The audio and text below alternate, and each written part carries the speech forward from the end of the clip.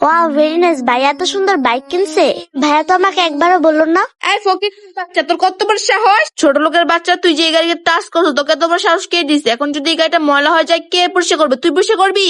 আরে আপু, এটা তো আমার বড় ভাইয়ের বাইক। কি? এটা তোমার ভাইয়ের গাড়ি? এটা আমার বয়ফ্রেন্ডের গাড়ি। তুই মিথ্যা কথা না বল, এখনই আমার চোখের সামনে থেকে চলে যা। তোকে আমি কি বলতেছি, তোর কানে ঢুকে না? তুই এখনই ভালো ভালো আমার সামনে থেকে চলে যা। দেখেন আপু, আমি সত্যি কথা বলতেছি, এটা আমার বড় ভাইয়ের বাইক। ও আচ্ছা, তাহলে তোর এটা বড় ভাইয়ের গাড়ি, তাই না? তাহলে তোর কাছে অবশ্যই চাবি আছে, দেখি তোর চাবিটা। চাবি তো আমার কাছে নেই আপু। আরে চাবি তোর কাছে কিভাবে থাকবে? চাবি তো আমার কাছে। দেখাবো আমি গাড়িটা অন করে? দাঁড়া, আমি দেখাচ্ছি। গাড়িটা অন হয়ে গেলে মেয়েটা চমকে যাবে। অন তো হয়ে গেছে, অবশ্যই মেয়েটা ভয় পেয়ে গেছে।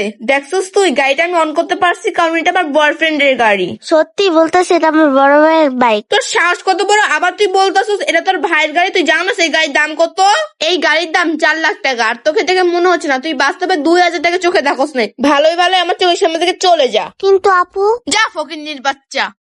এসব ছোট লোক ফকিন্নির বাচ্চাদের কোথা থেকে আসে? এসে বলতেছে এটা আমার ভাইয়ের গাড়ি। ইস, আমার বয়ফ্রেন্ডের গাড়িটা ময়লা করে ফেলছে। ফকিন্নি কোথাকার! আপু তো অনেক খারাপ, আমার সাথে খারাপ ব্যবহার করলো।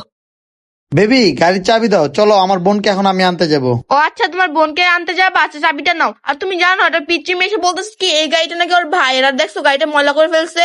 যাই হোক, এসব কথা বলে লাভ নেই। চলো তোমার বোনকে আমরা নিয়ে আসি। হ্যাঁ ঠিকই বলছো, চলো আমার বোনকে যা নিয়ে আসি।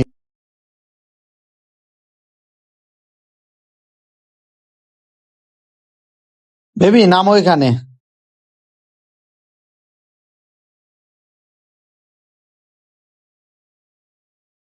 ভাইয়া আসলে ভাইয়াকে বিচার দিব। আরে নয়ন, এটাই তুই ফকিন্নি মেয়েটা, যে মেয়েটা তোমার গাড়ি হাতাহাতি করছো। ও এখানে কি করতেছে?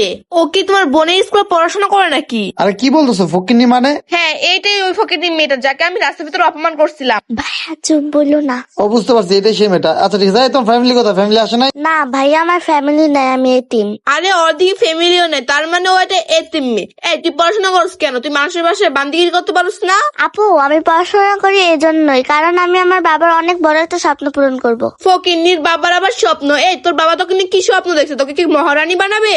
না মহারানী না, আমার বাবা সবসময় চাইতো যে আমি বড় হয়ে ডক্টর হয়ে গরিব দুঃখীদের সাহায্য করব। তুই ডাক্তার হবি? আচ্ছা ঠিক আছে, যা, তুই ডাক্তার হোক, তোর জন্য আমি দোয়া করি। যা এখান থেকে। মনি চুপ থাকো, একটা বাচ্চা মানুষ, ওর সাথে এই ব্যবহার করো না, ঠিক আছে? আচ্ছা আপু, এখন তুমি যাও তাহলে। ঠিক আছে ভাইয়া, আমি যাই।